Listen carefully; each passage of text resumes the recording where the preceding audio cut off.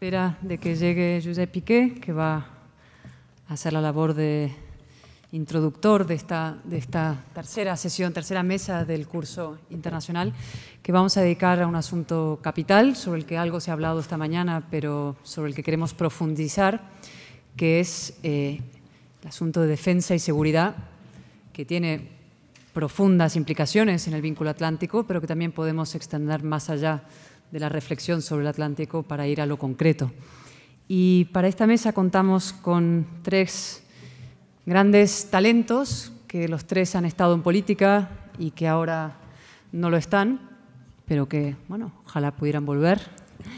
Y también esperábamos contar con Yulia Tymoshenko, que como sabéis aparece en el programa, iba a venir y hace unos días, el día 27 de junio, me envió una carta que también os puedo leer diciendo que I would like to apologize for having to cancel my participation in the campus fires on short notice. We understand the inconveniences it caused and we are very sorry for that. I would appreciate your understanding that my state of health would not allow me to attend the FIRES event this year. Wish you good luck for the campus. Looking forward to participating in your future events.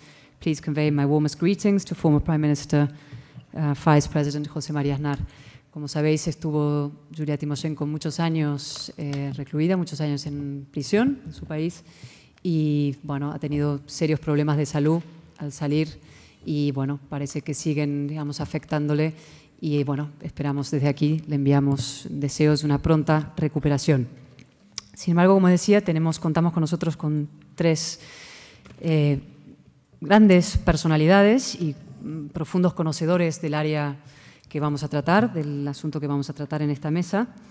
Contamos con, en primer lugar por poner, bueno, primero voy a hacer un apunte. Esta mesa que hemos empezado sin esperar a Josep Piqué es porque a las 6 de la tarde yo tengo un compromiso especial con uno de los ponentes de que tenemos que concluir este debate, que es con Karl Theodor zu Guttenberg. Como sabéis, su país, Alemania, juega esta tarde un partido muy importante. También hay algún otro que está siguiendo el fútbol con especial intensidad, veo del otro lado de la mesa. Pero yo tengo un compromiso personal que voy a mantener, porque está preocupado, me dijo que se pondrá nervioso antes de las 6, que a las 6, en punto 6 menos 5, esta mesa redonda se tendrá que concluir. Y yo le agradezco muchísimo su presencia. Ha dicho el presidente Aznar antes, cuando anunció que estaba aquí, que es uno de esas mentes, esos grandes talentos, un hombre brillante, un hombre muy inteligente, que estuvo activamente en política, fue ministro de Defensa de Alemania, con lo cual conoce toda el área que vamos a tratar en profundidad, que bueno, ahora se dedica, es colaborador del Centro de Estudios Estratégicos e Internacionales, del CSIS en Washington, con lo cual está afincado allí. Y hemos estado conversando y me decía que también desde fuera de la política se puede hacer muchas cosas en aras de que se tomen buenas decisiones políticas. Él se dedica al mundo de la economía, vinculado con las nuevas tecnologías, también con los gobiernos. Y yo le quiero dar una especial bienvenida a España, especial bienvenida al Campus FAES. Espero que sea la primera de muchas colaboraciones y de muchas presencias suyas en nuestros foros. También está con nosotros una persona a la que quiero agradecer muy especialmente porque hemos conseguido incorporarle un poco en el último minuto para que estuviera aquí con nosotros y venía a España. Tenemos una gran fortuna de tenerle hoy aquí, que es Oleg Rybachuk. Oleg ha sido viceprimer ministro de su país, de Ucrania. Nos va a traer la visión directa, la visión profunda, la visión clara de lo que está pasando en su país, de lo que está pasando en toda esa región, que yo creo que es un privilegio tenerle y poder tener esa visión directa. De su parte me han hablado, no nos conocíamos, pero me han dicho que es de las personas que ahora en todo ese país, en esa región, tiene de las visiones más, como decía, con más detalle y a la vez más lúcidas de lo que ha pasado, de lo que puede pasar, y yo creo que es una suerte poder tenerle aquí. Él ha sido, como decía, viceprimer ministro de su país, también secretario de Estado, tuvo un papel, y yo creo que esto es importante destacarlo a la hora de presentarle, un papel muy importante en los movimientos del Euromaidán, en las búsquedas de transformaciones políticas para más transparencia, acercamiento a Europa, reglas democráticas, convicciones democráticas y de esos principios que hemos hablado esta mañana, que tan importantes son. Él es un gran valedor y defensor de esos principios y ha hecho, a través de movimientos cívicos, de impulsar esos principios en las calles, bueno, ha sido una de las personas importantes en la defensa de esos valores en Ucrania y las transformaciones para una Ucrania puramente, plenamente implicada en el mundo occidental, en los valores occidentales, en los valores de la Unión Europea. Yo le agradezco muchísimo su presencia hoy aquí y decir solamente que él es presidente y cofundador de una ONG que se llama el Centro UA, que se creó en el año 2009 precisamente para la promoción de las reformas europeas, así como la transparencia y la rendición de cuentas en el gobierno ucraniano.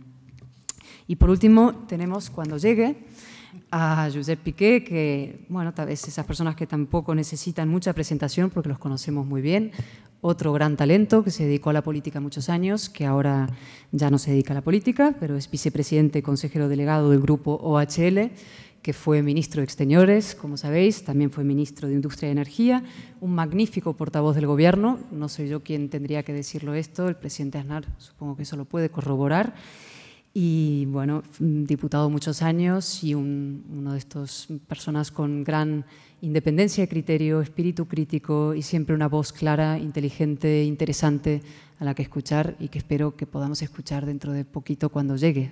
Le ha cogido todo el atasco de salida de Madrid de los viernes por la tarde. Así que sin más, yo le doy la palabra a Theodor. Carl Theodor, le agradezco mucho su presencia y para abordar el tema de la seguridad y defensa. Gracias. Thank you for the honor to be here today.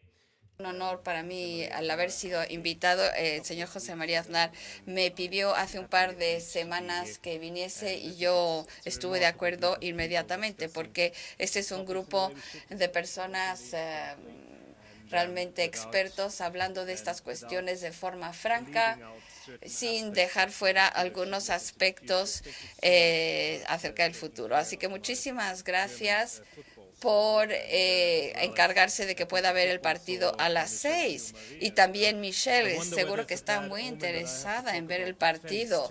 Tengo que hablar de defensa. No sé si es un mal presagio, porque tuvieron ustedes un tema mucho más ofensivo esta mañana. Ahora me toca estar más a la defensiva.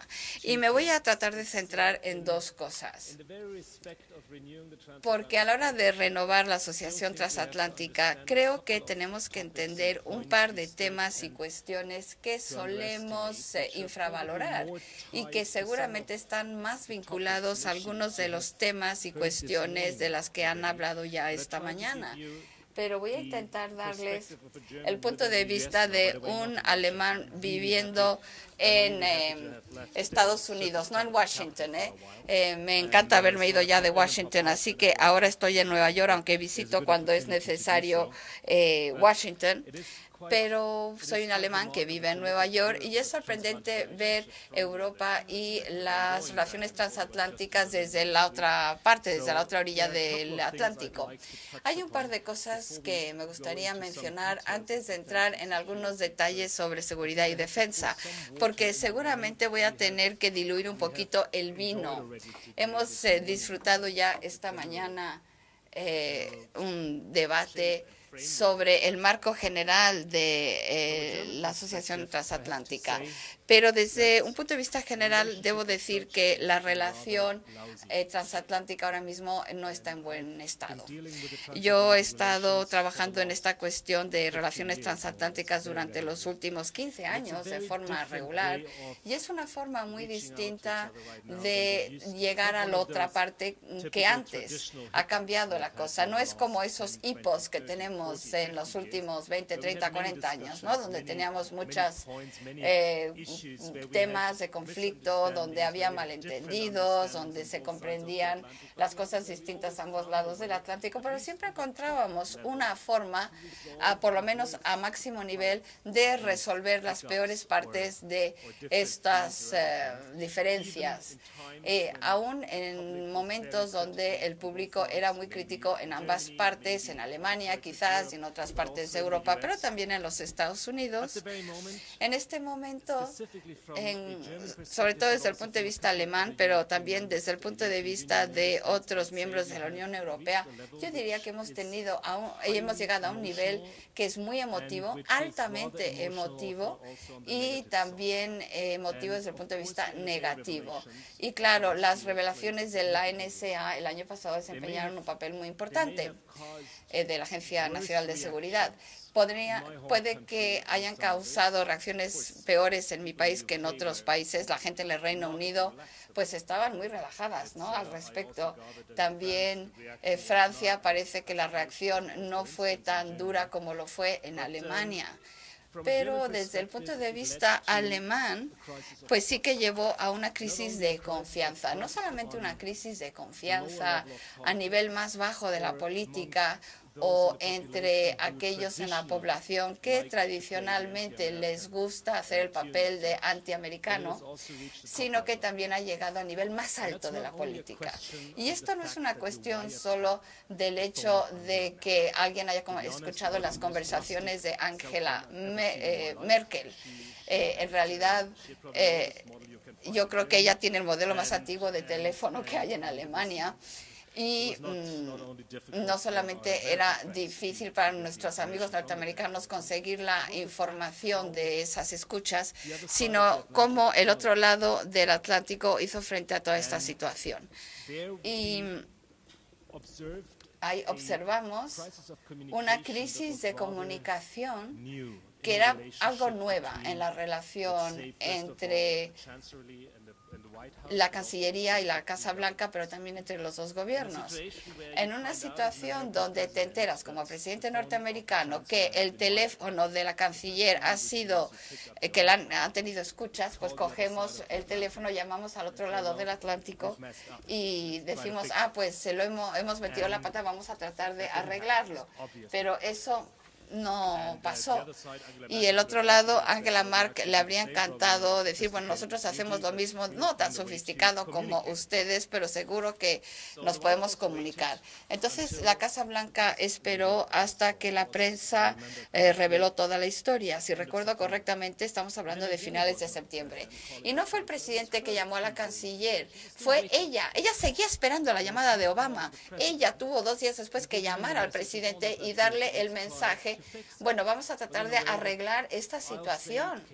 Yo voy a decir que tú venías de tu parte y no vamos a poner en riesgo las relaciones transatlánticas por esta cuestión. Así que puede parecer algo muy simple, pero desempeñó un papel muy importante a la hora de tratar con el otro a nivel superior, donde una relación personal sigue desempeñando un papel muy importante. José María, creo que usted ha tenido también estas experiencias muy a menudo, ¿verdad? Puede que haya ciertos temas donde no está uno de acuerdo en público, pero luego encontramos una forma de seguir avanzando. Y un buen ejemplo fue Gerhard Schröder, que utilizó la guerra de Irak en el 2002-2003 para públicamente ir en contra de los Estados Unidos, pero habló con George W. Bush en ese mismo instante.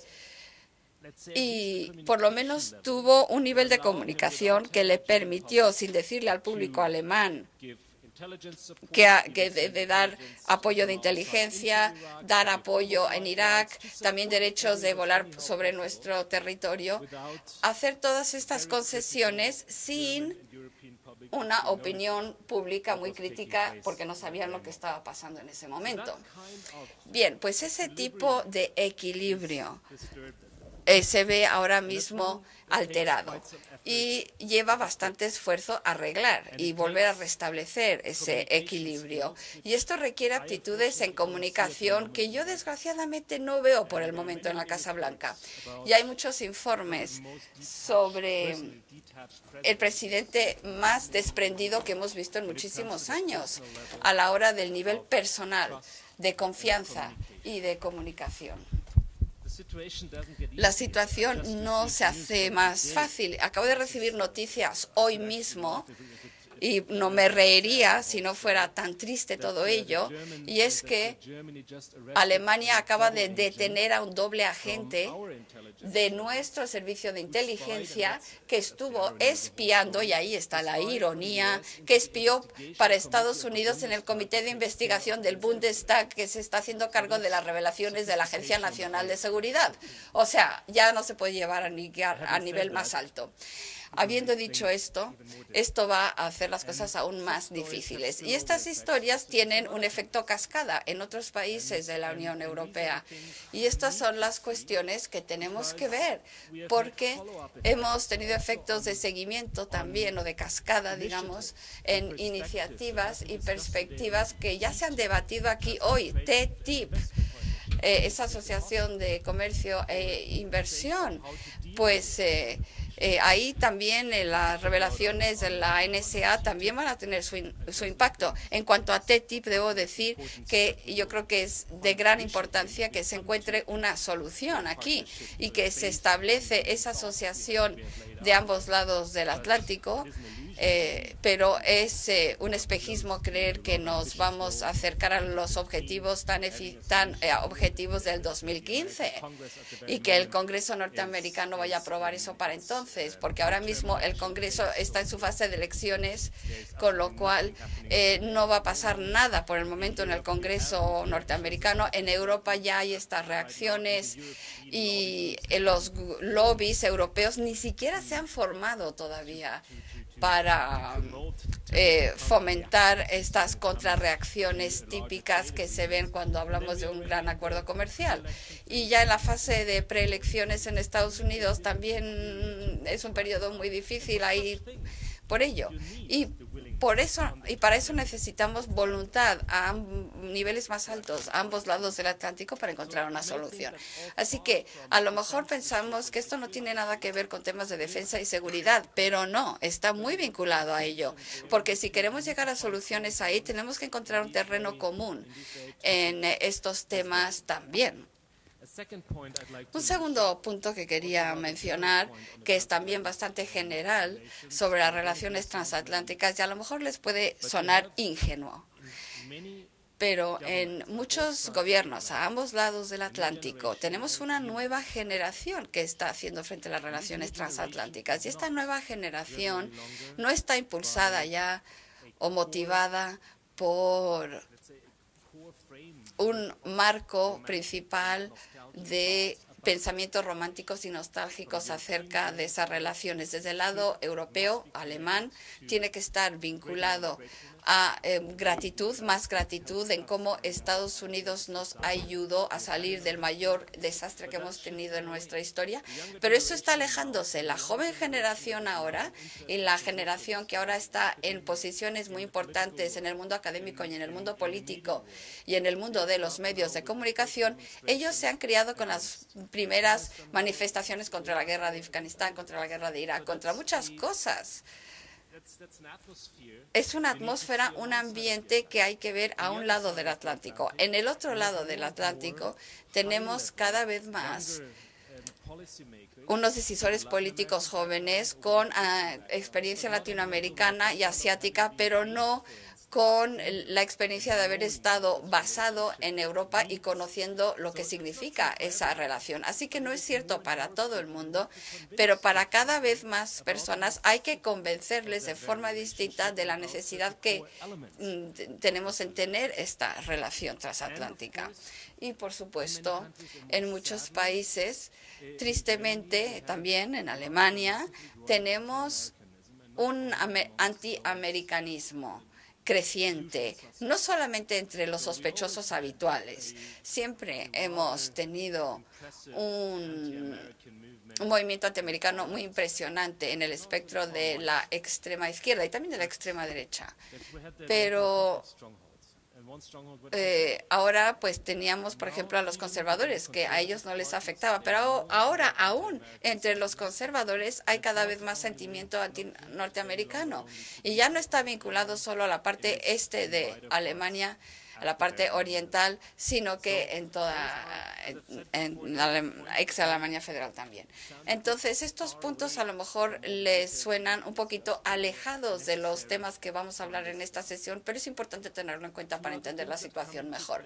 Otras dos cosas que entran en juego cuando hablamos del futuro de las relaciones transatlánticas es, por una parte, cierta ansiedad, temor, algunas veces el decir, pues ya lo dijimos, ya lo advertimos, como dando lecciones al otro lado del Atlántico, relacionado al tema de la independencia energética que está buscando Estados Unidos y que casi ya han conseguido, pues sí, sigue desarrollándose el cracking y el petróleo de esquisto.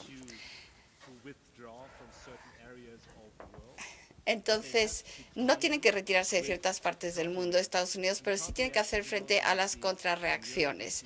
Y estas contrarreacciones no se ven en Europa, se ven en el mundo árabe, se ven entre los aliados en el mundo. ¿Y qué quiere decir? Quiere decir que es una forma moderna y elegante de aislamiento. Se trata de que el Estados Unidos va a definir su política exterior. No hemos llegado tan lejos, pero este debate se tiene que llevar a cabo y sin hacer espuma en la boca, ¿verdad? Simplemente haciendo frente a algunas cuestiones relacionadas a ello. Y ya se ha mencionado ese giro hacia Asia. Ese giro hacia Asia de Estados Unidos es un objetivo estratégico de la administración Obama, pero por el momento me parece que se ha quedado estancado.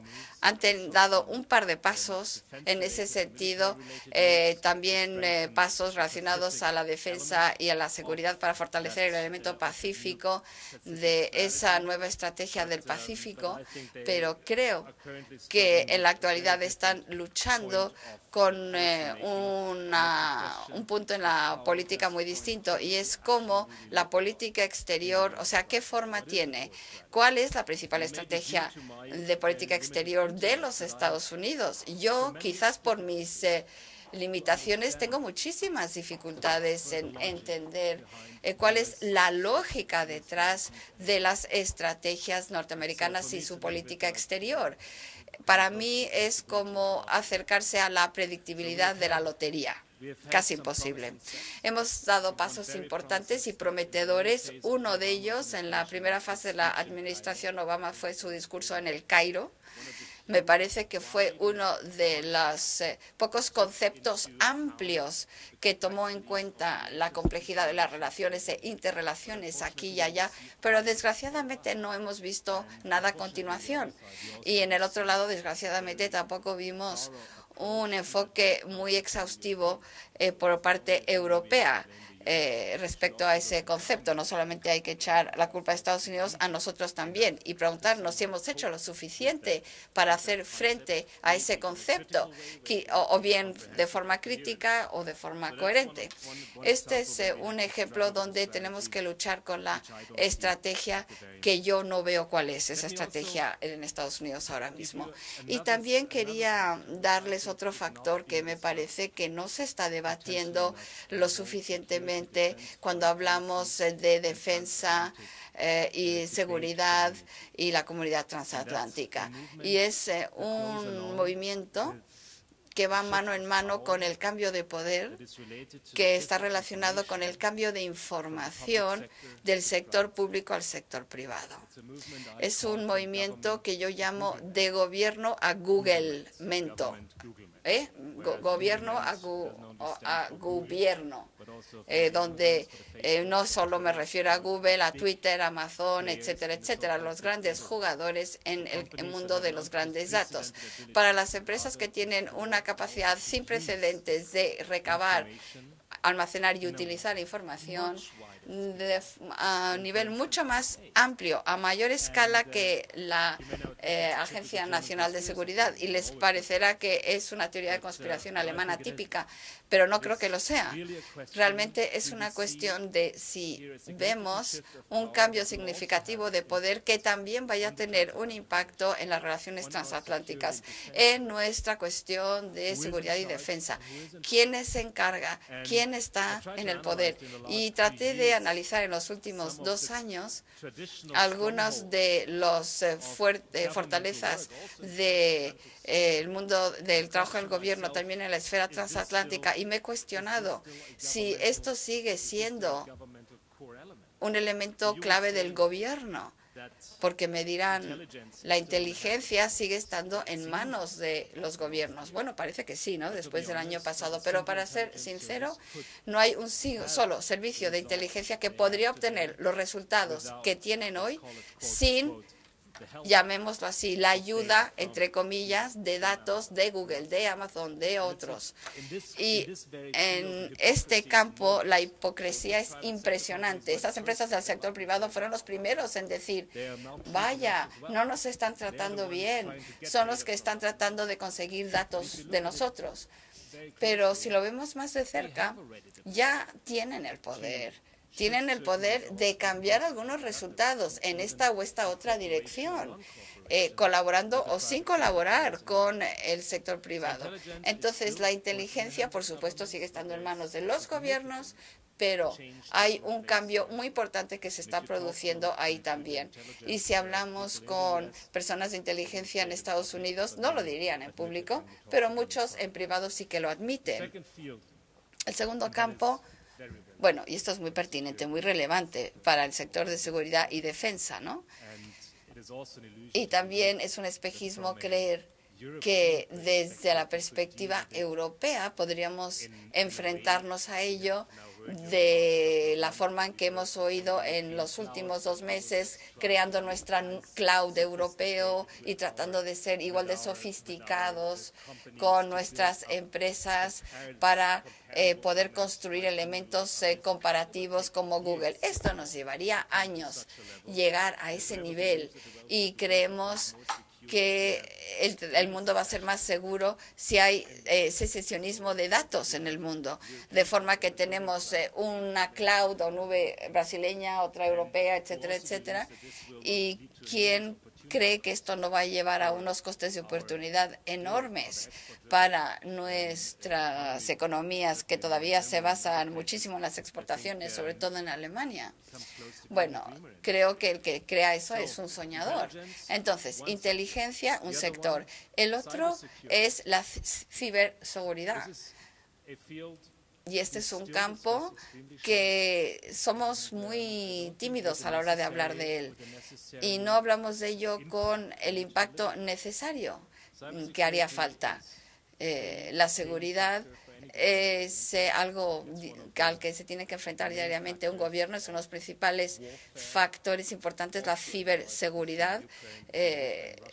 Por ejemplo, ahora entre Ucrania y Rusia, pues cada vez oiremos hablar más de ello. Pero la ciberseguridad, como ciudadano, pues hay que decirle al gobierno, hay que colaborar con el gobierno. El gobierno sabe que tiene que colaborar con el sector privado. Estas son cuestiones que tenemos que introducir en el debate. No creo que sea necesariamente negativo que haya ese cambio, es simplemente la realidad.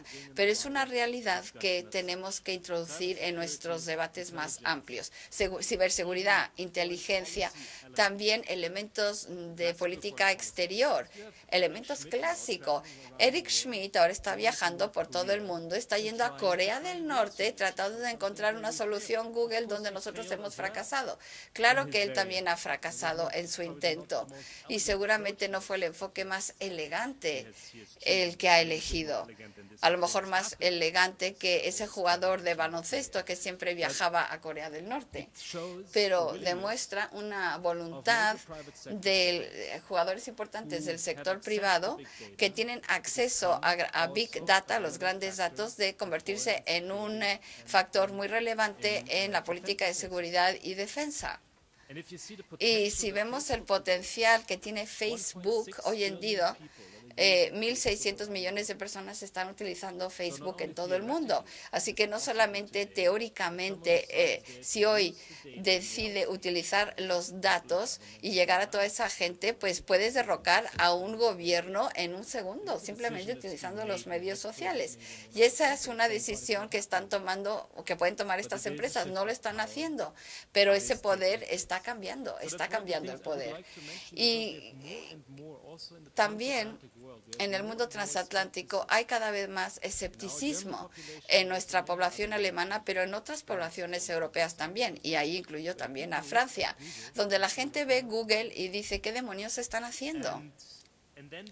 Y luego simplemente lo ponen todo en la misma cesta, lo mezclan y dicen, esto es América. ¿Dónde vamos de aquí en adelante? Es un debate que tenemos también que llevar a cabo.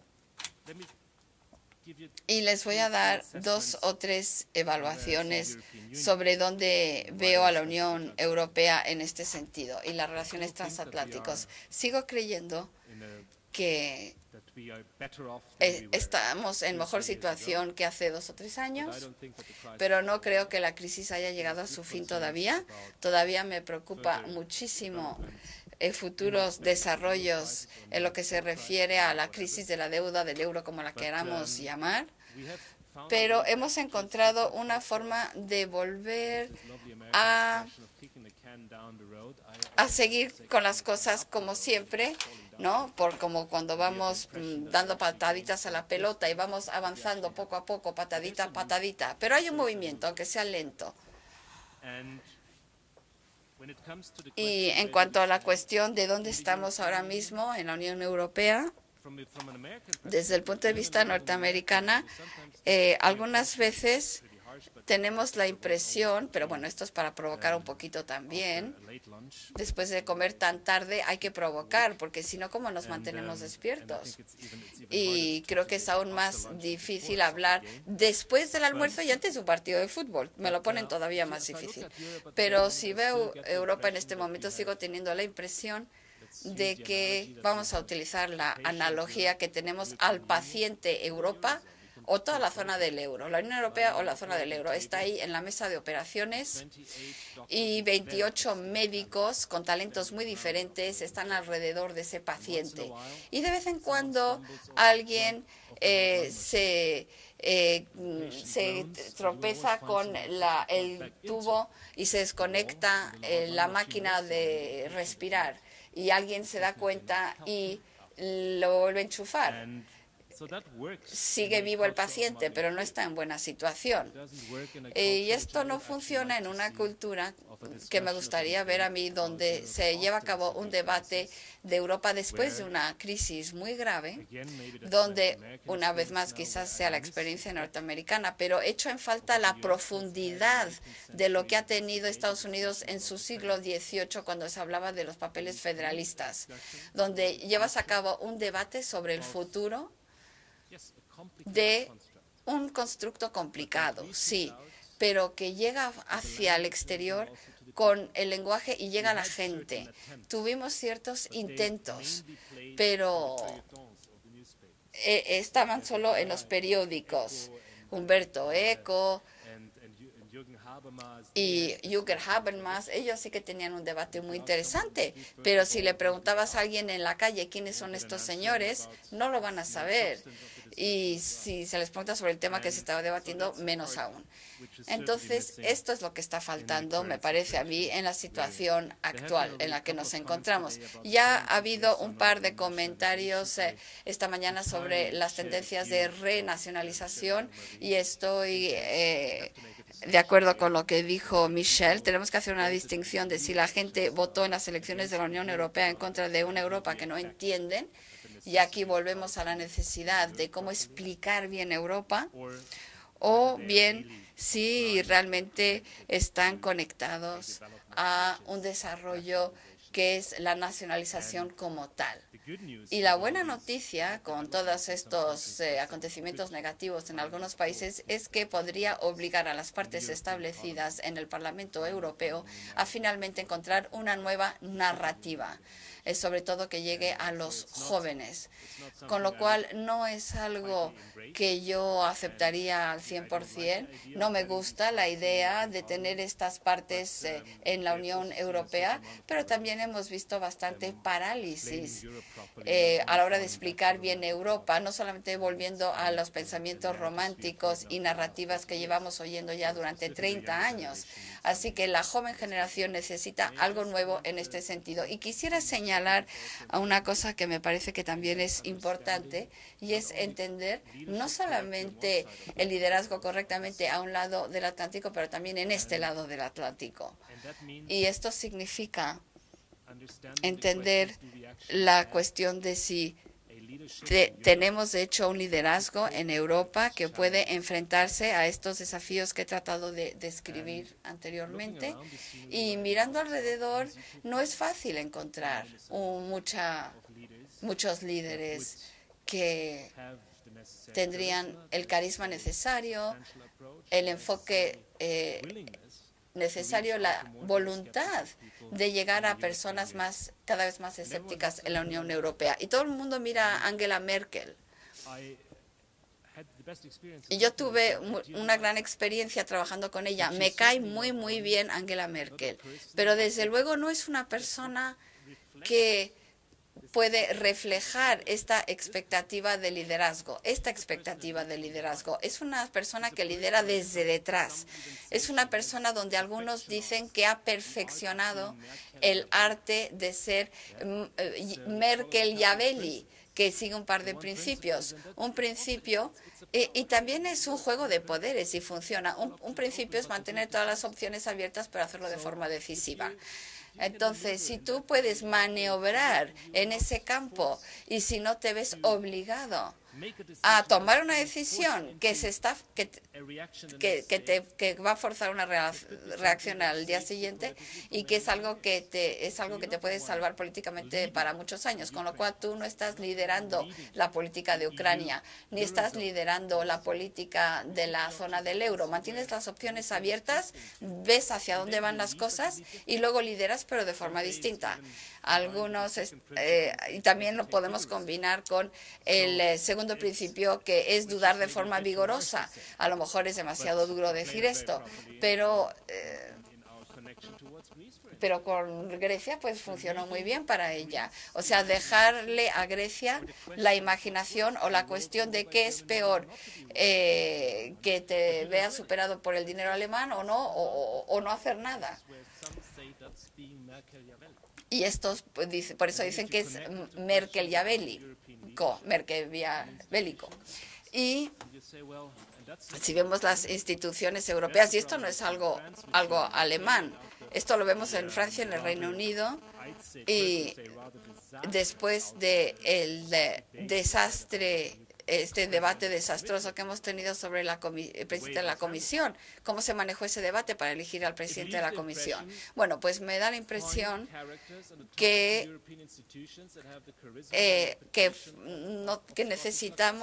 necesitamos realmente un liderazgo claro. Y si le preguntamos al público alemán quién es José Manuel Barroso o quiénes son Cathy Ashton, seguramente te dice pues un jugador de fútbol, pero no te van a decir que es alguien que está liderando una institución europea.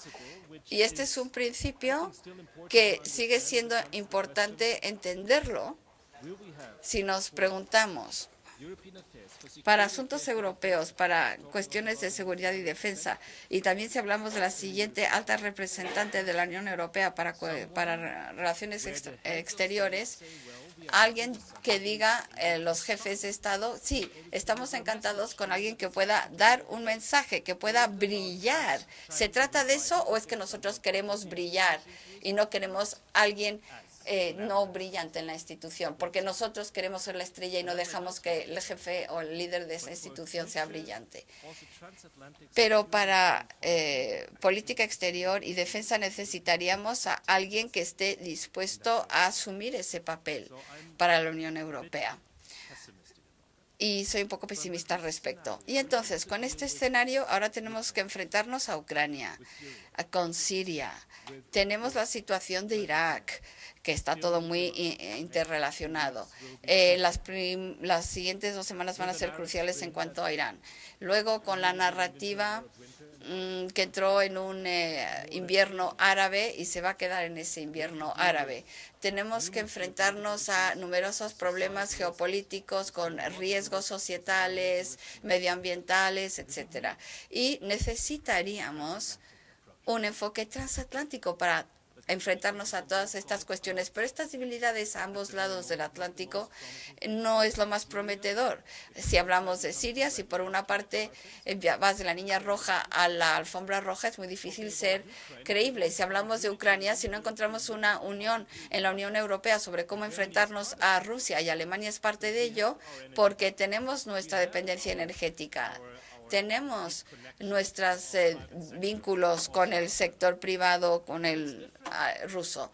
Y eso es distinto a lo que podemos encontrar aquí o en Francia, pero también es distinto a la conducta de Hungría, que yo creo que ha ido demasiado lejos en la dirección de Rusia. Unidad no la veo en este momento. Y nuestros presupuestos de defensa es un sueño, no sé si Michelle está de acuerdo conmigo o no, pero creo que es un sueño pensar que van a subir los presupuestos. Van a encogerse más los presupuestos de defensa y seguridad. Y en el 2012 tuvimos 45.000 millones de euros menos en los presupuestos europeos. 45.000 millones. Es como todo el presupuesto de defensa de Alemania. Pero siempre y cuando tengamos que tratar con problemas de paro y otros problemas nacionales, no vamos a ver un movimiento en este sentido, con lo cual tiene que ver con reunir y compartir, tiene que ver con profesionalizar ciertas partes del ejército y pensar en soluciones europeas y soluciones entre diferentes jugadores. Lo hemos intentado, pero hemos fracasado, porque las culturas son distintas también en Europa, pero deberíamos de seguir intentándolo. Creo que es necesario y es inevitable. Y el último comentario que me gustaría hacer es que cuando hablamos de cómo hacer frente a los problemas de seguridad o de defensa o temas transatlánticos, quizás voy a ser un poquito provocadora aquí también. ¿Por qué seguimos hablando solo sobre valores compartidos en nuestras relaciones transatlánticas? ¿Por qué no somos lo suficientemente abiertos para empezar este debate con las cosas que no compartimos, con nuestras diferencias, con nuestras distinciones? Y hay muchas cosas que son distintas entre nosotros, pero también tenemos denominadores comunes.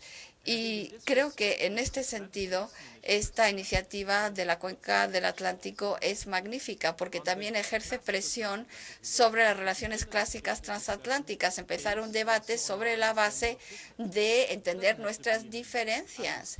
Y esto no tiene que ser en una atmósfera hostil, se puede hacer de forma amistosa, pero ahí es donde habría que empezar, creo yo. Bueno, creo que ya he hablado demasiado, pero quería ver las cosas desde un punto de vista distinto, porque estas son cuestiones de las que tenemos que hablar y soy un poquito más emotivo en algunas cosas que en otras, pero creo que no prestamos suficiente atención, porque podríamos hablar muchísimo del 2% del PIB. Aquí 1,3% del PIB allá para defensa, gastos de defensa, esto y lo otro. Podemos hablar de qué es lo que hacemos ahora en Siria, si no hacemos nada, ¿qué pasa? Podemos hablar de todo eso. Pero esto hay que arreglarlo antes, porque si no, no vamos a encontrar una solución común para Europa y para cómo enfrentarnos a Rusia en el futuro, porque vamos a tener que enfrentarnos a Rusia en el futuro y vamos a tener que encontrar una forma de mantener a Rusia no lejos, pero cerca. Pero por otra parte no podemos permitir lo que está pasando ahora, lo que ha pasado en Crimea. Me gustaría oír lo que nuestro otro invitado va a decir sobre esto. Bueno, ahora ya me callo, me preparo mentalmente para un partido que seguramente vamos a perder, porque vuestro equipo es muy bueno, debo decir. Y muchísimas gracias por vuestra atención. Gracias, Cayetana. Muchísimas gracias a FAES por su invitación.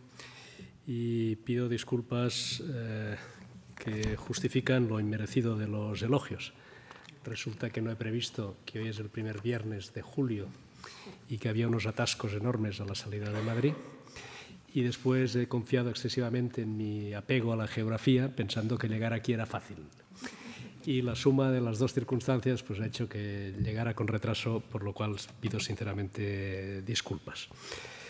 En cualquier caso, el tema que nos convoca hoy, y además con las interesantísimas aportaciones de la persona que me ha precedido, del exministro de Defensa alemán, pues es muy difícil exagerar su importancia, ¿no? Tenemos que hablar del vínculo transatlántico, ese es el leitmotiv de la sesión, y hoy en concreto, en esta sesión de la tarde, de los temas relativos a la seguridad y a la defensa. Yo me referiré de todas maneras, además de esos temas, a temas relacionados con la política exterior, entre otras cosas, porque son cuestiones intrínsecamente ligadas, íntimamente ligadas. No hay política exterior sin una política de seguridad, sin una política de defensa y viceversa. Y haciendo un poquito de historia, muy brevemente, cuando hablamos del vínculo transatlántico a lo largo del siglo XX, por no remontarnos más atrás, digamos la verdad, hablamos de un vínculo anglosajón. Ahora estamos celebrando el centenario del inicio conmemorando el centenario del inicio de la Primera Guerra Mundial. Hace poco celebramos el 70 aniversario de la entrada de las tropas aliadas en Normandía. Y bien, eso nos recuerda algo que está muy claro. La intervención y la ayuda de Estados Unidos permitió ganar esas dos guerras por parte de los aliados.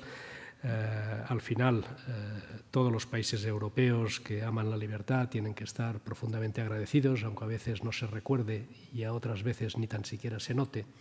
Pero el inicio siempre de esa intervención norteamericana en el continente europeo fue la especial relationship, la especial relación entre Estados Unidos y el Reino Unido. No siempre fácil, porque las tendencias aislacionistas en Estados Unidos pues son muy habituales, son bastante cíclicas, pero en todo caso muy fuertes, y al final los deseos de intervención en conflictos ajenos pues pasan normalmente por una voluntad muy férrea de los presidentes de Estados Unidos que en cada momento ocupaban ese lugar. Bien, por seguir por la historia, después de la Segunda Guerra Mundial entramos en un escenario bipolar que ha durado prácticamente la segunda mitad del siglo XX, y ese vínculo transatlántico tiene una expresión clarísima, que es la Alianza Atlántica, la OTAN. No exenta de tensiones. Conviene recordar en su momento cómo el general de Gaulle decide abandonar el mando militar de la Alianza Atlántica. Eso supone el traslado de la sede de la Alianza Atlántica de París a Bruselas, y en cualquier caso eso no entorpece que la Alianza Atlántica ha sido un elemento fundamental para lo que después pasó. Hago aquí un comentario de paso, abro un pequeño paréntesis en relación a lo que se ha dicho con anterioridad, hablando de los servicios de inteligencia, hablando de los politólogos, hablando de las personas que reflexionan sobre los grandes fenómenos internacionales. Todos deberíamos ser muy humildes, porque los grandes acontecimientos de los últimos años, desde la caída del muro de Berlín, el desmoronamiento de la Unión Soviética, los atentados del 11 de septiembre, las crisis económicas o las primaveras árabes, todos somos, como hacemos normalmente los economistas, muy capaces de explicarlos a posteriori. Pero, honestamente, hemos sido muy poco capaces de preverlos con anterioridad. Ahora todo el mundo dice, no, sí, como diría un castizo, no sé cómo se traducirá y pido perdón al intérprete, se veía de venir. Pero eso de que se veía venir, pues no era cierto. El tema de las primaveras árabes, por ejemplo, nos pilló a todos desprevenidos, incluido la CIA o el Mossad. Y después hemos intentado explicarlo y todavía seguimos intentando explicar qué es exactamente lo que sucede. Pero cierro este paréntesis para decir que el vínculo transatlántico fue muy potente en la segunda mitad del siglo XX, entre otras cosas, además de las convicciones, por la necesidad. Porque en el mundo bipolar de la segunda mitad del siglo XX, el principal escenario, el principal teatro de conflicto era precisamente Europa. partida por la mitad por el famoso telón de acero y con la máxima expresión en el muro de Berlín.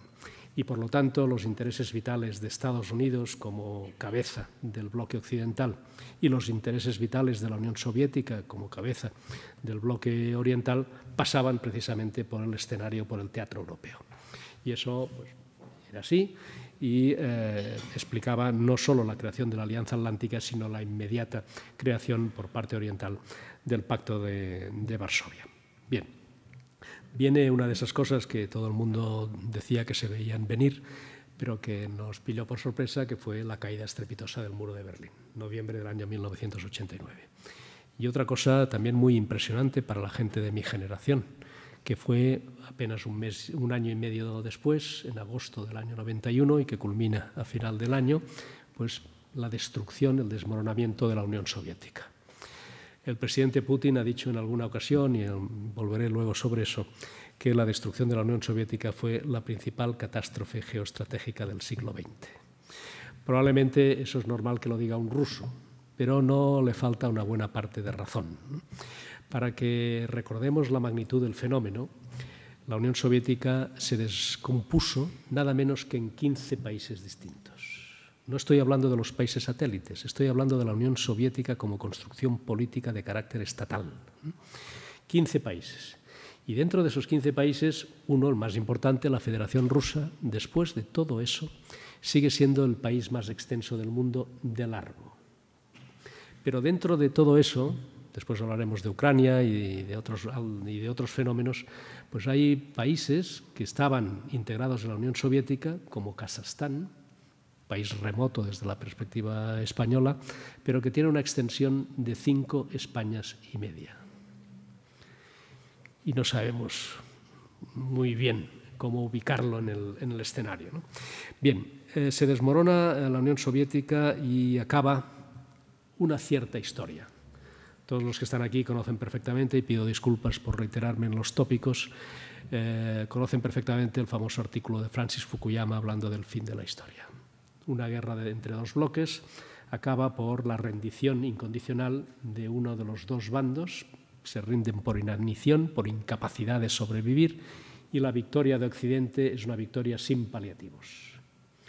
Y mucha gente interpretó que esa victoria de Occidente iba a implicar un mundo unipolar en el que la prevalencia de los valores occidentales en términos económicos, la economía de mercado, en términos políticos, la democracia parlamentaria, en términos ideológicos, valores como la libertad, la tolerancia, el respeto a las minorías, la igualdad entre el hombre y la mujer, todo lo que forma parte de nuestro sistema de valores se iba a extender como reguero de pólvora por todo el mundo.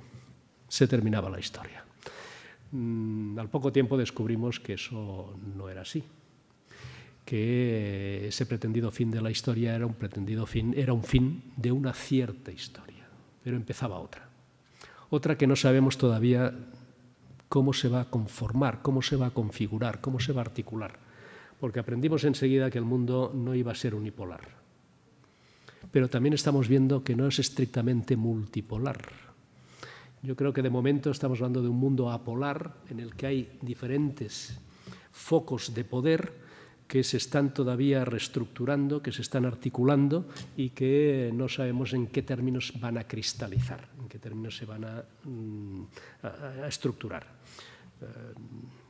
La emergencia de China es una evidencia, la emergencia de otros poderes también, pero no está claro cómo va a culminar todo ese nuevo juego, todo ese nuevo movimiento de la correlación de fuerzas. No hemos empezado todavía desde ese punto de vista el siglo XXI. Sé que es un tópico decir que el siglo XXI empieza con el 11 de septiembre, con los atentados en Nueva York y Washington. Podemos discutir sobre eso, pero el siglo XXI, desde el punto de vista de la configuración de un nuevo escenario geoestratégico que nos sirva de contexto para tomar decisiones de política, eso todavía está conformándose. Bien, en cualquier caso, el final de una cierta historia da paso a algo que a mí siempre me ha sorprendido, ¿no?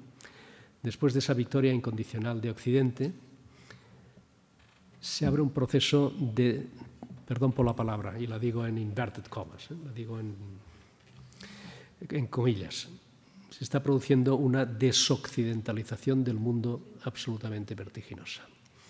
De tal manera que el centro de gravedad del planeta pues, se ha ido desplazando y déjenme que les diga, es una constatación, está muy lejos de aquí. El centro de gravedad del planeta hasta la Primera Guerra Mundial estaba en Europa, después se fue desplazando por el Atlántico, por la fuerza de Estados Unidos, hoy todo el mundo habla del Pacífico. Probablemente ese centro de gravedad en muy breve tiempo, ¿no?, se va a situar en torno al estrecho de Malaca, es decir, en la conexión natural entre el Océano Índico y el Océano Pacífico.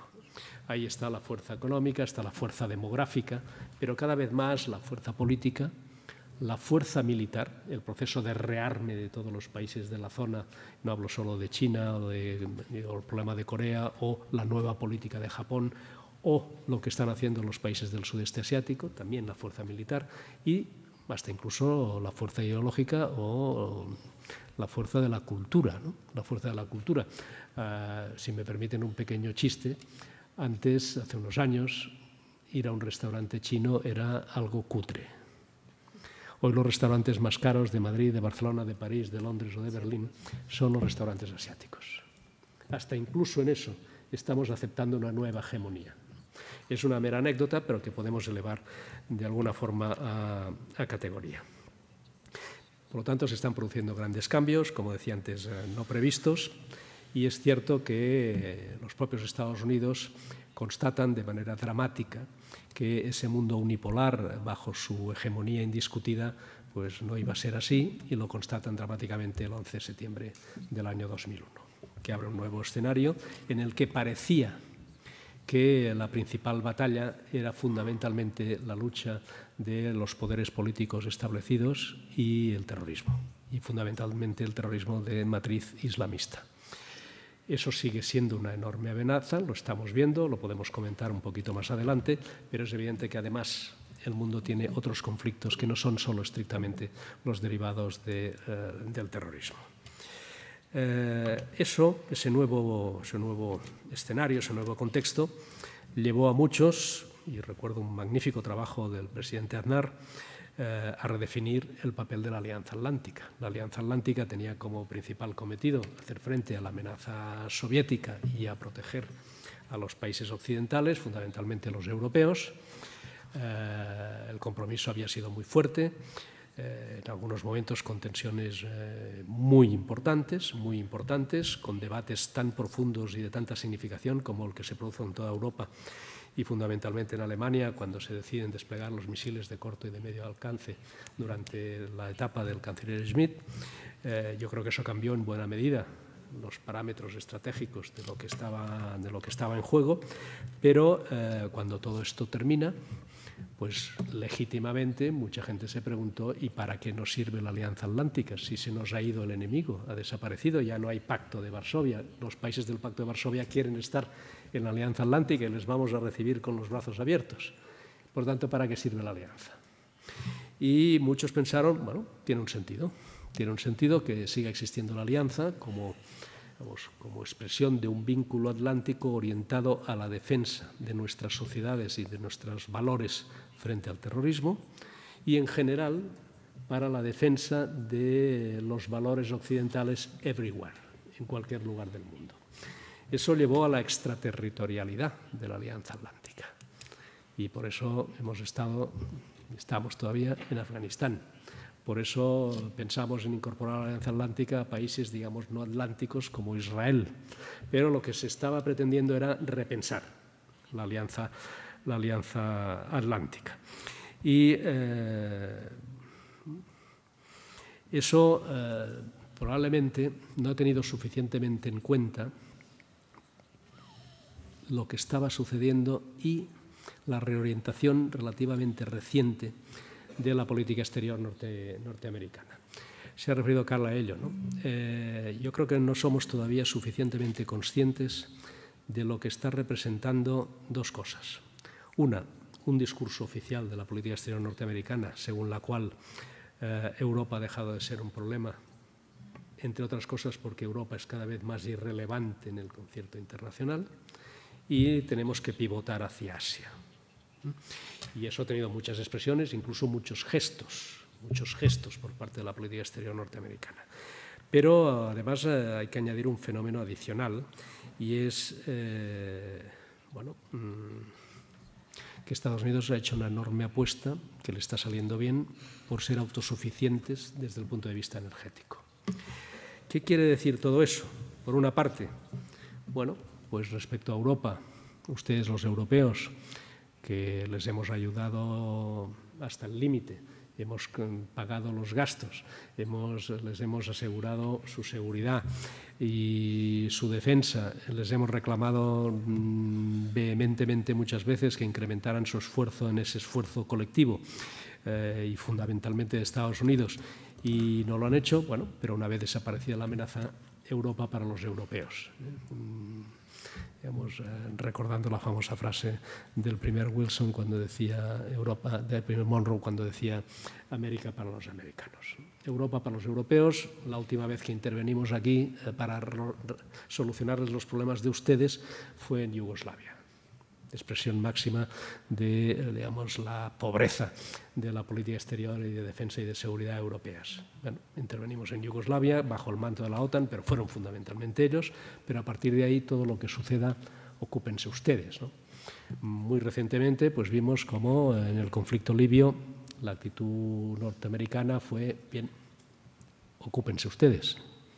Y al final franceses y británicos, no otros países, franceses y británicos pues hicieron una intervención, después podemos discutir si adecuada o no después de lo que estamos viendo, pero hubo una cierta habilidad, una cierta tentación de volver a ese intervencionismo norteamericano en Europa y en Oriente Medio cuando se plantea a Estados Unidos intervenir en Siria. Al final llegan a la conclusión de que si se están saliendo de todos los demás sitios en Oriente Medio, ¿para qué se tienen que meter en uno nuevo? Si estamos saliendo de Irak, si estamos saliendo de Afganistán, ¿para qué nos tenemos que meter en un avispero? Eso es reflejo también de una acumulación de experiencias, porque creo que eso nos vale, por lo menos para pensar. Y es, normalmente, los occidentales, no solo Estados Unidos, los occidentales solemos ver el mundo desde nuestro prisma, pensando que la articulación a través de los estados convencionales es una articulación, digamos, intocable. Y eso, que puede ser verdad en los antiguos estados-nación, como los que tenemos en Europa, incluido España, no es verdad en los estados que surgen del fin del colonialismo, con fronteras trazadas con una regla y un cartabón y un compás.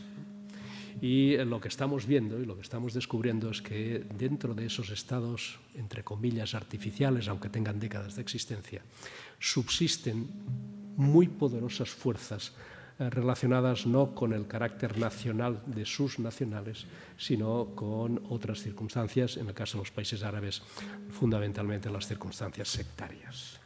Y eso va más allá de las fronteras. El fenómeno que estamos viendo en los últimos tiempos de ISIS lo que nos dice es que para ellos no existe ni Irak, ni Siria, ni probablemente otras fronteras.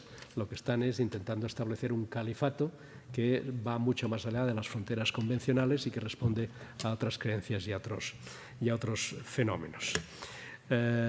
Bien.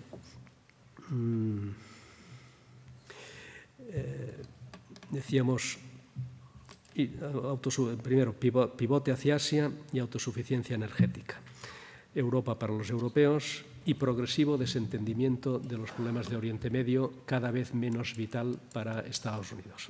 Tengo que hacer ahí un paréntesis porque existe todavía no lo que digo, todavía lo digo en el sentido de que va más allá de lo que acabo de decir. Existe, y espero que para siempre, algo que es absolutamente vital para Estados Unidos por una serie de razones y que hacen que jamás abandonen su interés por la región, que se llama Israel. Pero si no existiera Israel, probablemente Estados Unidos miraría ya hacia otro lado, pensaría, allá se resuelvan ellos sus problemas, la derivada de todo eso, que puede ser el terrorismo, es un problema, pero no me va a involucrar de nuevo en conflictos on the ground en la región. Y voy a cerrar dosieres. Ya me he ido de Irak, aunque tengo que reflexionar qué es lo que he dejado ahí y si al final no tengo más remedio que volver a intervenir, aunque sea de manera indirecta, hago planteamientos desde mi punto de vista un tanto ingenuos de que la solución de todo lo que está pasando ahí pasa porque el primer ministro Maliki haga un gobierno de unidad nacional. Yo creo que el problema va mucho más allá de todo eso, pero en cualquier caso he decidido irme de Irak, he decidido irme de Afganistán. Vamos a dejar la preservación del orden y de la seguridad en esos países a sus propias fuerzas y, bueno, quiero cerrar también el dossier de Irán. Y antes Carl ha mencionado que en las próximas semanas es muy probable que pase algo ahí y es muy probable que se levanten las sanciones, no solo porque aparentemente Irán está aceptando en el tema nuclear las condiciones que le está poniendo la comunidad internacional, sino porque, paradojas de la vida y de la historia, en estos momentos hay importantes coincidencias estratégicas entre Irán y los propios Estados Unidos respecto a lo que está sucediendo en Irak. Y eso puede ayudar a que efectivamente ese dossier también se cierre. Bien, ese cierre de dosieres, que es real, probablemente ha tenido de todas maneras un contrapunto, entre otras cosas porque probablemente Europa no es Oriente Medio. El contrapunto ha sido Ucrania. Yo creo que Ucrania, más allá de que la ignición, el inicio del conflicto haya sido la disputa entre la Unión Europea y Rusia respecto a qué zona de influencia pertenece Ucrania, es verdad que ha llevado de nuevo a Estados Unidos a ocuparse de Europa y a tener en cuenta, porque parecía que ya no era así, a tener en cuenta que Rusia es un contrapoder muy importante, que Rusia es un actor muy relevante en el escenario internacional a pesar de haberse desmoronado la Unión Soviética y de la debilidad de muchos años, sobre todo durante la presidencia de Yeltsin, pero bueno, al final yo creo que todos estamos descubriendo que hay que ocuparse de Rusia. Y ahí creo que a veces nos precipitamos a la hora de hacer determinados análisis, ¿no? Y soy un poco crítico, sé que voy a ser ahora controvertido, voy a ser provocador, ¿no? Pero soy crítico respecto a la política que ha seguido la Unión Europea sobre este tema. ¿Por qué? Porque Ucrania es un país complejo. Y es un país complejo, voy a decir un tópico, ¿no? Pero simplificadamente, muy simplificadamente, es un país que como mínimo tiene dos almas. Y cuando un país tiene dos almas, o dos y media o tres, hay que gestionarlas. Y a partir de ahí intentar que, bueno, pues que una de las almas está por encima de la otra y que en una disputa secular entre las dos direcciones, pues una tiene que prevalecer sobre la otra, pues probablemente nos lleva después a conflicto, como así ha sucedido. Y creo que hay que interpretar a Rusia, ¿no? Lo mencionaba también Carl, hay que interpretar a Rusia en los términos siguientes. Los rusos descubren cuando cae la Unión Soviética que no eran una superpotencia, como se les decía, y pierden la autoestima. Y ese es un sentimiento muy fuerte, porque la Unión Soviética era la expresión probablemente perfecta del sueño imperial ruso. Si penetrásemos en lo que tenía en la cabeza Pedro el Grande o Catalina la Grande, probablemente lo que tenía en la cabeza era que Rusia fuera en sus fronteras la Unión Soviética, porque Rusia siempre quiso dominar el Báltico, especialmente la parte de las aguas más calientes, pero por si acaso dominar el Mar Negro. Eso significaba también dominar el Cáucaso y el Caspio, dominar el Asia Central y extender su influencia cuanto más hacia el centro de Europa mejor, para, en cualquier caso, poner distancia a una eventual invasión de Alemania o de Francia, cosa que, por otra parte, la historia nos demuestra que es perfectamente posible, ¿no? Y bueno, cuando eso se desmorona, cuando eso se pierde, en el subconsciente ruso siempre ha habido que esa zona de influencia era la que les permitía protegerse y dotarse de sensación de seguridad, y todo lo que afectaba, todo lo que significaba reducir esa zona de influencia y acercar las fronteras del otro, cuanto más cerca de Rusia, mejor, pues eso lo que implicaba era un sentimiento de inseguridad por parte rusa que hay que comprender. Y bueno, en algunos casos pues parece obvio que la incorporación de los antiguos países satélites o incluso determinados países de la Unión Soviética, como los países bálticos a la Alianza Atlántica, pues era de estricta justicia. Pero creo que en otros temas no nos hemos comportado con suficiente sutileza, con suficiente aprecio de la complejidad de la situación y de interpretación de los sentimientos del que está en la otra parte de la mesa. Y cuando uno no sabe interpretar los sentimientos del otro, cuando entra en un conflicto, probablemente toma decisiones erróneas. Y ahí es donde yo creo que la Unión Europea se ha precipitado. Porque no creo que en el límite sea incompatible que Ucrania tenga una asociación profunda con la Unión Europea y al mismo tiempo que Rusia se sienta suficientemente cercana a los intereses nacionales ucranianos y que los incorpore a sus propios intereses. Ya sé que estoy hablando de algo que para muchos puede ser contradictorio, pero si no somos capaces de avanzar en esa dirección, el conflicto de Ucrania va a permanecer. Y la realidad nos dice que lo que ha sucedido, que probablemente es una situación de facto que dure mucho tiempo, es que Crimea se ha anexionado a Rusia y probablemente eso va a ser para, no sé si para siempre, pero desde luego para mucho tiempo, y que Ucrania pues está al borde de una guerra civil y que probablemente todo esto acabe con, bueno, pues, con una independencia de facto de partes muy importantes del territorio ucraniano que, aunque no sean reconocidas por la comunidad internacional, funcionarán como tal. Eso ha sido exactamente lo que ha hecho Rusia en el Cáucaso, lo que ha sucedido en Georgia, lo que ha sucedido con Abjasia o con Osetia del sur. Bien, voy terminando. En cualquier caso, después de este conflicto es cierto que Europa y Rusia, evidentemente, ¿no?, are coming back, están regresando al escenario internacional.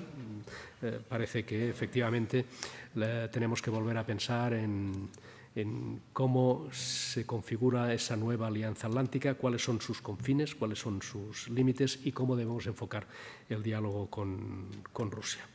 Bien, un comentario muy breve sobre el rol internacional de la Unión Europea, no solo en este caso, sino en prácticamente todos. Transcribo al 100% las palabras de Cal. Los europeístas convencidos, yo formo parte de ellos, incluso diría que entusiastas, vemos con desazón, vemos con tristeza lo que está pasando en Europa. Europa no somos percibidos desde el exterior como una unión política, como una entidad política común, excepto en la política comercial, es lo único que se nos ve como una entidad común, pero en el resto incluso creo que en algunos casos hemos retrocedido. La percepción de una política exterior europea era mayor hace unos años, con Javier Solana, que la que existe hoy con Cathy Ashton. Bien, es un problema europeo que tenemos que debatir los europeos, pero tengo una convicción. Europa tiene que avanzar en la unión política, de verdad, en la cesión de soberanía hacia la Unión Europea, en una perspectiva federal, para ser por lo menos una confederación, porque hoy no es ni tan siquiera una confederación, pero forma parte indudable de su fortaleza futura el fortalecimiento del vínculo transatlántico. Y creo que está en nuestro interés, en el interés de los europeos, que Estados Unidos se siga sintiendo vinculado a Europa y que Europa efectivamente le demuestre a Estados Unidos que también podemos ser solidarios con sus intereses vitales. Esa amistad, esa alianza, esa solidaridad me parece que es buena para los dos bandos. Yo espero que se produzca algo que pueda ayudar en ese sentido y a lo que le doy una importancia extrema. y es que culminen con éxito las negociaciones para un tratado de libre comercio entre la Unión Europea y Estados Unidos. Esto puede ayudar y mucho, puede ayudar y mucho. Y ahí me gustaría introducir un paréntesis brevísimo, pero que me está llamando la atención y que de nuevo vuelvo a decir que no estamos en un mundo multipolar y en el que domine el multilateralismo. El multilateralismo en términos, por ejemplo, del comercio, prácticamente ha desaparecido.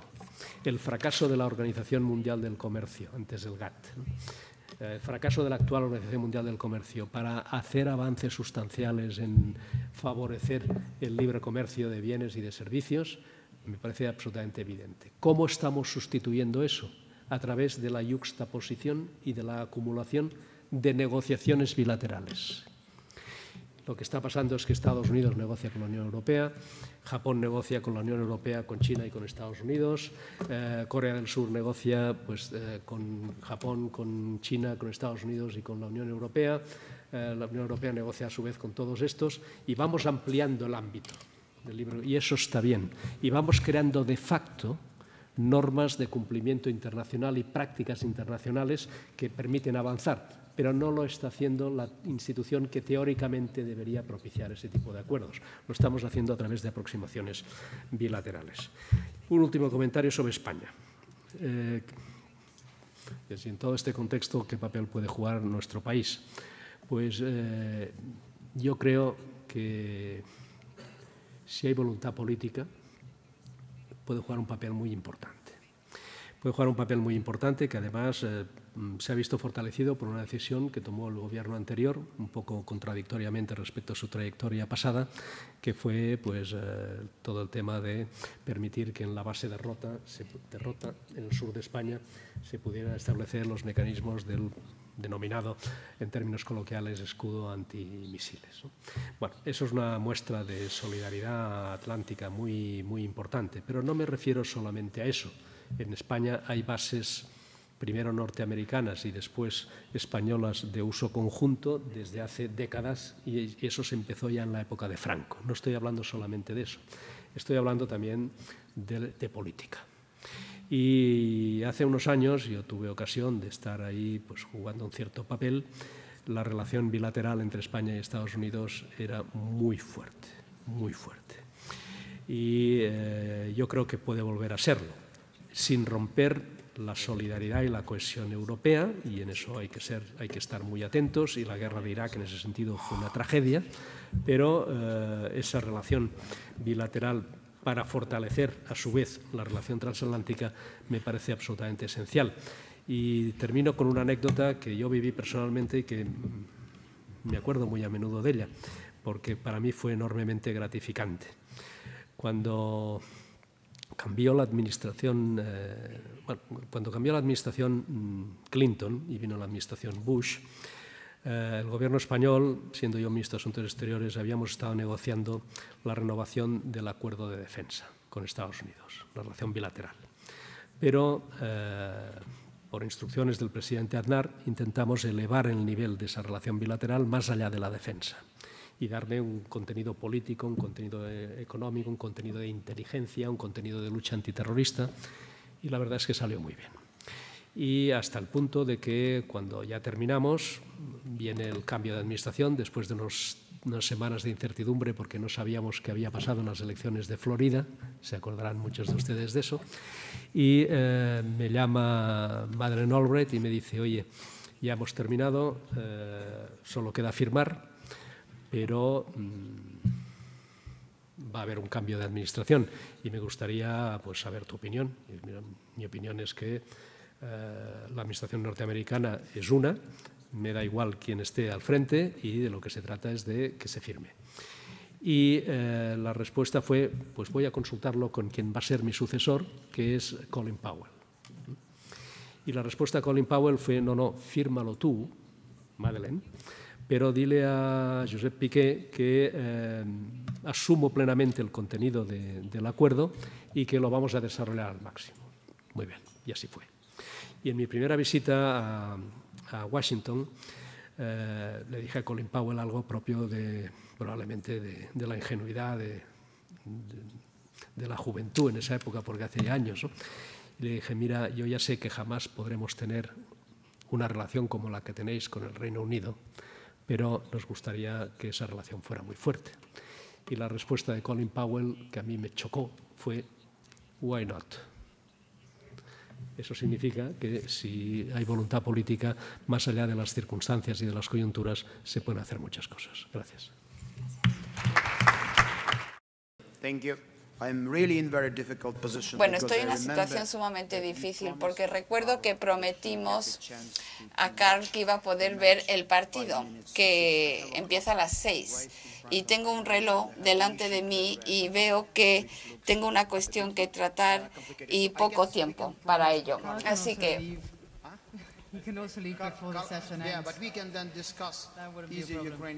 Bien, podemos hablar entonces más de Ucrania durante las preguntas, pero bueno, en primer lugar, muchísimas gracias por permitirme estar aquí, porque yo he estado en muchísimas cuestiones involucrado, pero nunca he tenido nada que ver con el sur de Europa. Estuve en Madrid como banquero del Fondo Monetario Internacional y he venido muchas veces como turista, por supuesto, pero nunca he venido ni he ido a ninguna otra reunión para hablar de cuestiones europeas. Me gustaría hablarlos bajo un ambiente distinto, pero realmente he disfrutado mucho del análisis, porque cada vez que se habla de problemas europeos yo tengo la misma sensación. Cuando tratáis de desanimarnos a que nos unamos a la Unión Europea, nunca tenéis éxito. Con todos vuestros problemas, todas vuestras dificultades, aún así queremos ser parte de ello. Todo es relativo en este mundo. Lo que nunca olvidaré será cuando vi 20.000 jóvenes alumnos ucranianos en la Plaza de la Independencia, con ese frío. Había 20 y tantos mil. Querían una Ucrania independiente y querían Europa. Y entonces no sabíamos que habría miles que morirían por desear vivir como europeos, vivir, en otras palabras, como una nación democrática libre. Nuestra elección es muy limitada. Y es importante, además, analizar cuál es el motivo por el cual tenemos esta guerra ahora con Rusia. No es el hecho de que echamos al presidente Yanukovych, ni siquiera es el hecho de que nos acercamos muchísimo y hace algunos días, de hecho, firmamos un acuerdo con la Unión Europea. Es el hecho de que sin Ucrania el sentido de ser Putin, desaparece. Cuando Putin fue reelegido por tercera vez como presidente, le preguntaron ¿cuál es tu prerrogativa principal? Y él contestó la política en el extranjero cercano, así llama a los países vecinos, el extranjero cercano, lo llaman así. Y apareció la teoría de Euroasia. Es importante entender que hace 6 o 7 años Rusia, cuando intentaba hacer frente a este problema de autoestima, del que muy correctamente habló el ministro Piquet, adoptaron nuevas teoría geopolítica o estrategia geopolítica que da algunos motivos para que entendamos mejor lo que está pasando ahora. En primer lugar, decían que los rusos son una nación dividida. O sea, que la nación está dividida, pero para unificarla tienen la teoría del mundo ruso. Esta teoría dice que donde quiera que vivan los rusos, en cualquier parte del globo terráqueo, son una parte legítima del mundo ruso. Y Rusia y el Kremlin, como la madre patria, tiene el derecho legítimo de defender sus derechos cuando deciden que existe la necesidad de defenderlo. Y evidentemente Rusia intenta encontrar su papel en el mundo y llegaron a la conclusión de que evidentemente Rusia no es Occidente.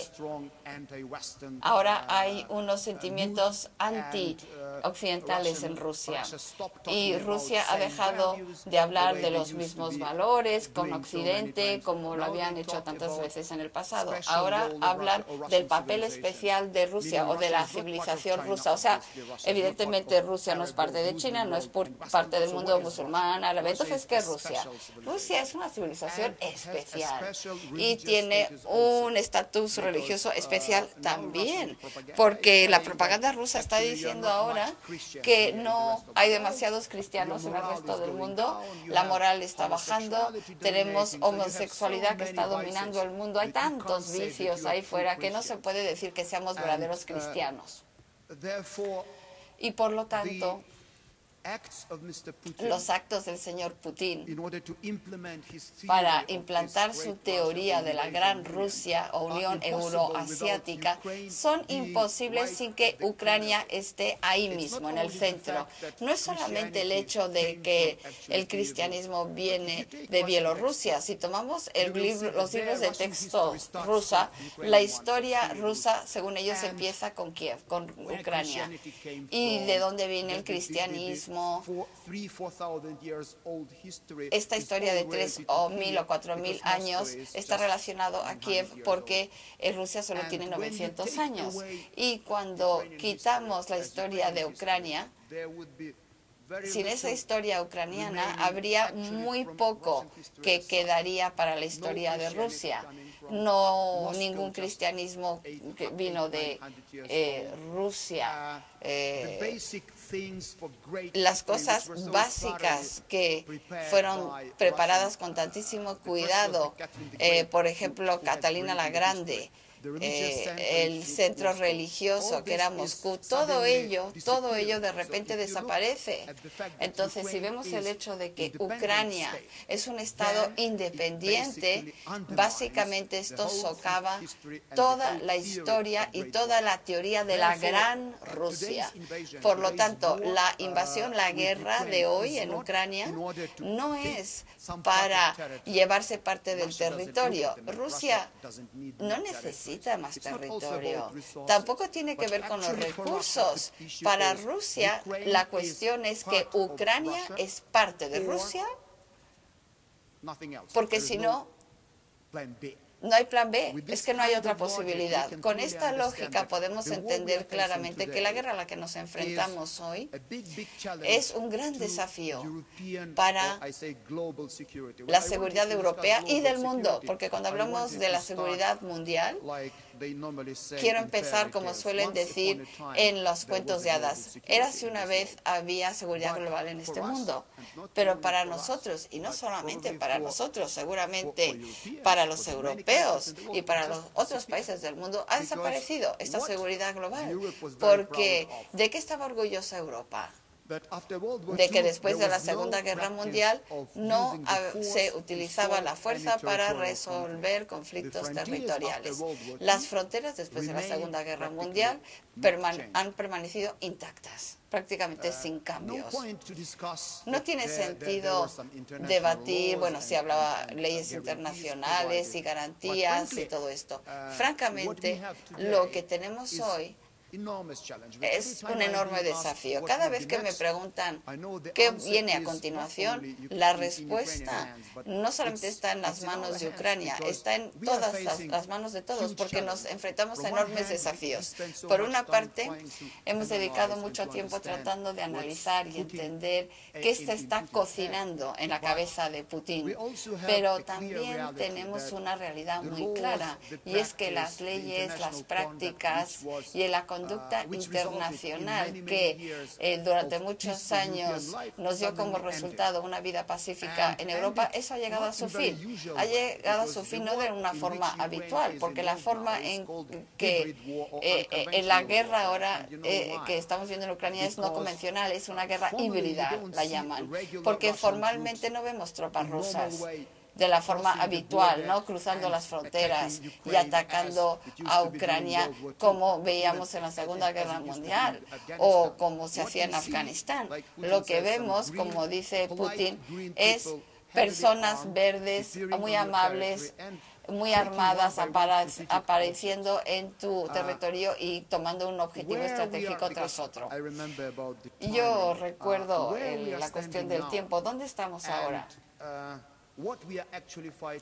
¿Y para qué estamos luchando? Porque es importante que ustedes entiendan por qué creemos que solo nos queda la alternativa de unirnos a la Unión Europea.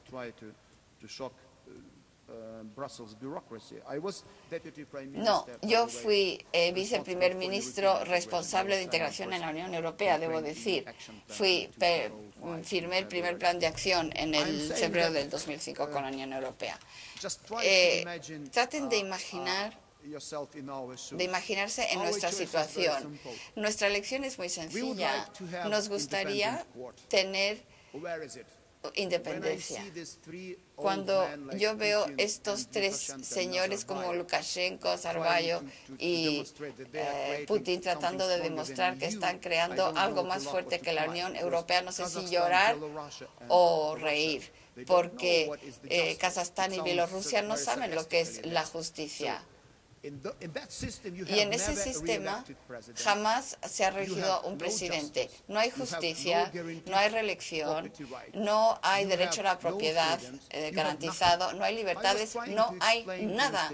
Yo trataba de hablar con el señor Midevia cuando él era jefe de gabinete de Putin, que no somos tontos, que si nos quieren enseñar algo que sea atractivo, que nos lo digan. Enséñanos ese modelo. Cuéntanos que tú, Rusia, puedes ofrecernos algo que es mejor que la Unión Europea.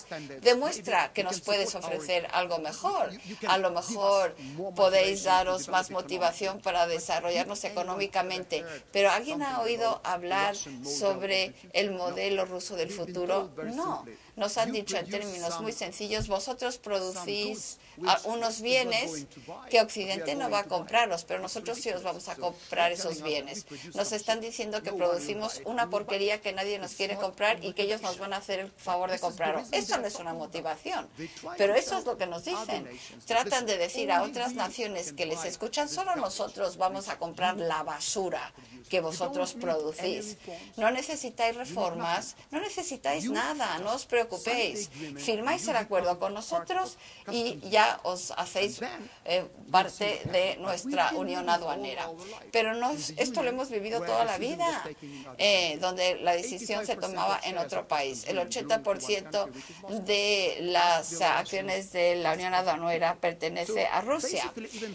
Así que, desde la lógica elemental, ese modelo no tiene futuro, no es competitivo, es una situación que va a ninguna parte. Todos los hombres de negocios ucranianos, todos los alumnos ucranianos, no solamente ucranianos, estoy seguro que los mejores hombres de negocios en Kazajstán o Bielorrusia y en el resto de la ex Unión Soviética piensan igual que nosotros. La tragedia del señor Putin es que el espíritu de Bonaparte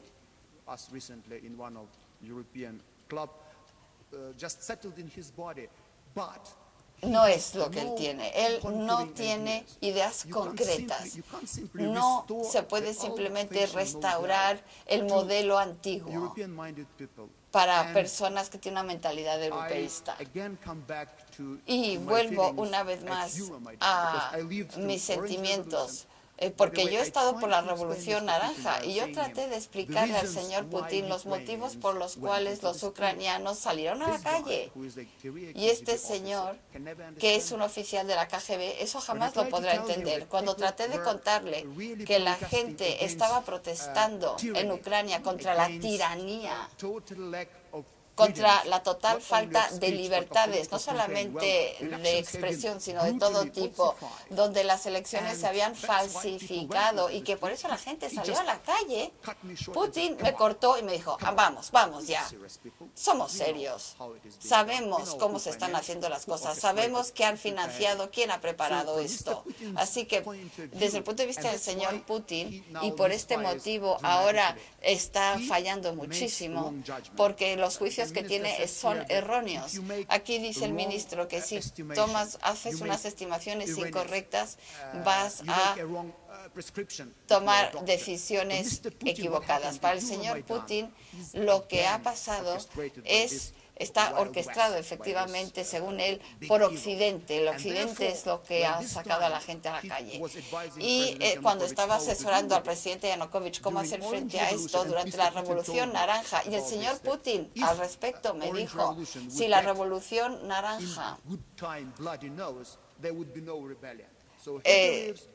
él cree que la gente está ahí por el dinero, que está orquestado y que simplemente tienes que matar a los más agresivos y los demás desaparecerán, porque no entiende que la gente está dispuesta a morir por valores, por libertades, por la democracia. Para él es inaceptable, eso no lo entiende. Entonces, los acontecimientos de hoy en Ucrania son el resultado de su juicio erróneo. Pero, ¿dónde está pescando? Está pescando sobre la reacción del resto del mundo. Hace algunas semanas hubo un profesor ruso de historia que habló en nuestra universidad y nos dijo, Rusia nunca en su historia solo ha luchado 2 veces en su historia contra el resto del mundo. Y cada vez que Rusia estaba luchando contra el resto del mundo fue casi destruida. Milagrosamente pudo sobrevivir. Normalmente Rusia trataba de establecer alianzas, algunos países del mundo contra otros países del mundo, pero esta vez es Rusia contra el resto del mundo, con un nuevo estilo propagandístico de lavado de cerebro que es muy efectivo. Por eso el 85% de los rusos ahora creen que Rusia debe de ir a la guerra en Ucrania, que Rusia debe de ir contra el resto del mundo. Podemos sobrevivir las sanciones, vamos a aguantar, el resto del mundo está en nuestra contra, pero nosotros somos mejores, somos una civilización superior. El 85% cree esto porque les han lavado el cerebro.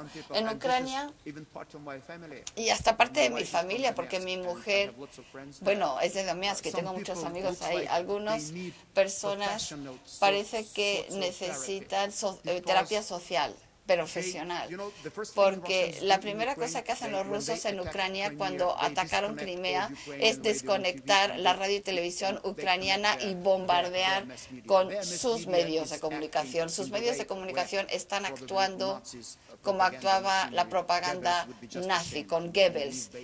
Goebbels es un bebé comparado con la propaganda que se utiliza ahora en Rusia. Cambia la percepción de las personas y cuando le demuestras a la gente que están equivocados, se vuelven aún más agresivos. Pero el resultado en Ucrania es a lo mejor el 15% de la población, el 15% está dispuesta a llamar a Ucrania una federación y unirse a Rusia. Tenemos 25 regiones. Donetsk, la región de Donetsk y la mitad de Lugansk, o sea, 1,5 de las 25 regiones. No es el resultado con el que soñaba Putin, pero no se va a quedar ahí. Ahí no lo va a dejar, va a seguir.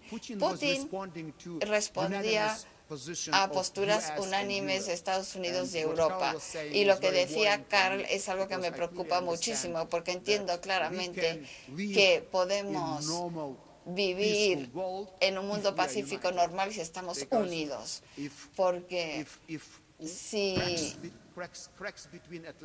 hay grietas entre la Unión Atlántica y la antigua Europa, la nueva Europa, si hay fracturas, nunca podremos enfrentarnos a tener un periodo libre de guerras como tuvimos después de la Segunda Guerra Mundial, porque Putin está viendo qué reacciones va a haber. Lo que me preocupa a mí ahora es que Europa está mandando unas señales muy claras. Por ejemplo, si Rusia evita que haya elecciones presidenciales en Ucrania, estaba muy claro lo que iba a pasar.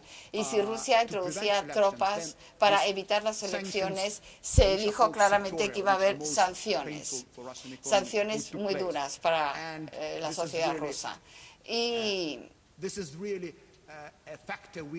este es un factor que controla hasta cierto punto a Putin, pero la siguiente fase es después de tener un nuevo presidente, y el nuevo presidente anunció un plan de paz. Entonces, la escalada. Y entonces yo ahora me pregunto, ¿cómo valorar esto?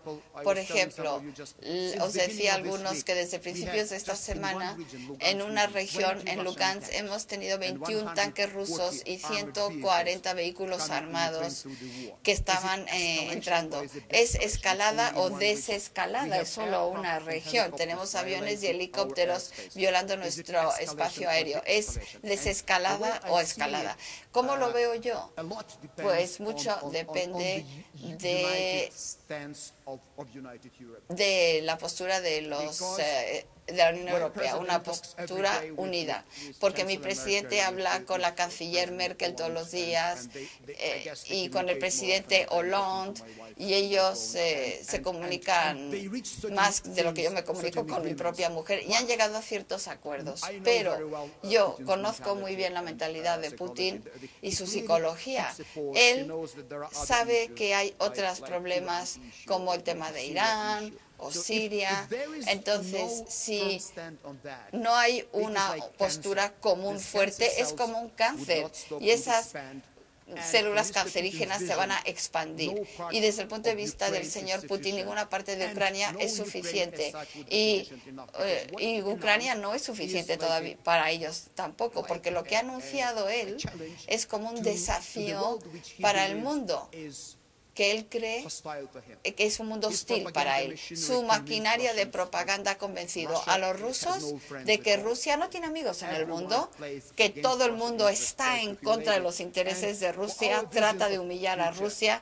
Y para nuestra visión del futuro, cuando tratamos de apaciguar las cosas, no funciona. Y tenemos que darnos cuenta de esa mentalidad, tenemos que darnos cuenta de que no es hacer frente a algunas fobias del señor Putin. Es el hecho de que si el señor Putin cree que puede dar un paso más, siempre lo va a hacer, siempre va a dar ese paso. La única forma de responder es de forma económica, con medidas económicas. No creemos que vamos a tener una guerra con un líder psicológicamente desequilibrado, pero económicamente podemos responder. Pero si hablamos de sanciones económicas, y yo he participado en 3 o 5 reuniones con ministros de Exteriores en funciones de la Unión Europea hablando de sanciones.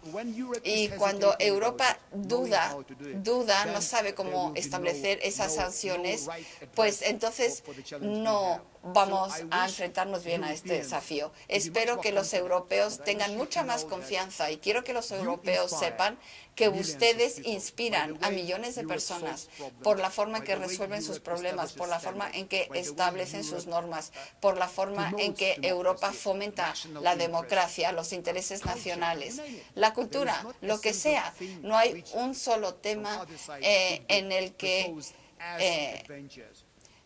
no sean admirados. Entonces, creo que puedo volver a casa y decirle a los ucranianos que la única forma en que podemos sobrevivir sería adaptándonos e introduciendo reformas europeas y convirtiéndonos en una democracia parecida a las europeas. No estoy hablando de miembro de la Unión Europea, pero ser compatible con la Unión Europea es la única forma de que Ucrania pueda sobrevivir y tener éxito. Les deseo que nunca pierdan la fe en lo que están haciendo.